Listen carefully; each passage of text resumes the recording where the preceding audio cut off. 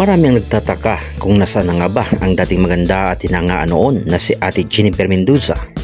Sa mga hindi nakakakilala sa kanya at di na maalala, ang bidyong ito ay dapat mong panoorin para naman magkaroon ka ng kunting kalaman tungkol sa kanya. Pero syempre bago yan, isang malupit at napakalaking shoutout po sa inyong lahat dyan mga kalpanalo, mga kalpaw winners. Umabot na po kasi tayo ng 50,000 na sumusubaybay sa munting channel na ito. Maraming salamat sa inyong lahat dyan. Lahat ng ito ay utang na loob po namin sa inyo. Si Jennifer Mendoza ay kabilang noon sa showbiz industry sa isang variety show taong 90s na tinatawag na That's Entertainment, na kung saan ay pinangunahan ng late host talent manager na si German Moreno.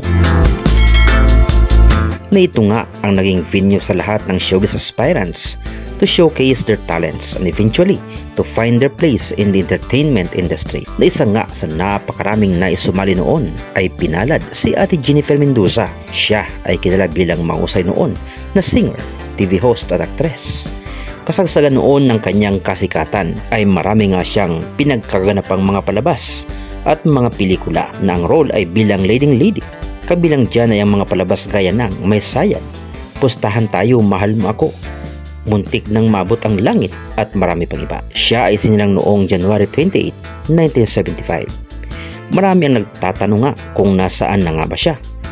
Mga kalpanalo, ang mga nakala po nating impormasyon ay maaaring tunay o di kaya ay mga haka-haka lamang. Nasa iyo na kung ito ay paniniwalaan mo, sapagkat ito naman ay ating maingat na sinaliksik. Naging masyadong pribado nga sa kanyang buhay si Ate Jennifer nang lisanin niya ang showbiz industry at sumubok sa ibang karera ng buhay. Narito ang ilan sa mga impormasyon ating nakalap mga kalpanalo. Mula sa isang artikulo ng Filipino Star na napublish noong taong 2003, umugo nga ang mga balita na si Ate Jennifer ay sumilang ng isang sanggol sa bansang Amerika. Pero pinili nitong manahimik o gawin itong pribado sa lahat.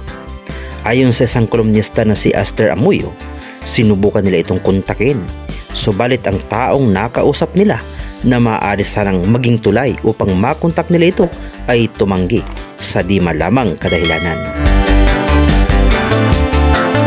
Ayon naman sa isang site na PinoyExchange.com, ilan sa mga netizens ay nagpahayag ng ganito ukol sa kanya. Sabi ng isa, "I recently saw her kissed in a talk show. She is not that pretty anymore and she is already fat."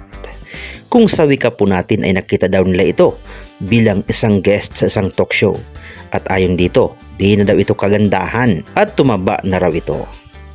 May isa ring nagsabi na ito daw ay nasa Laguna na, siling bigas o nagbibinta ng bigas. At may 5-6 business daw ito. She is still chubby pero maganda pa rin naman daw.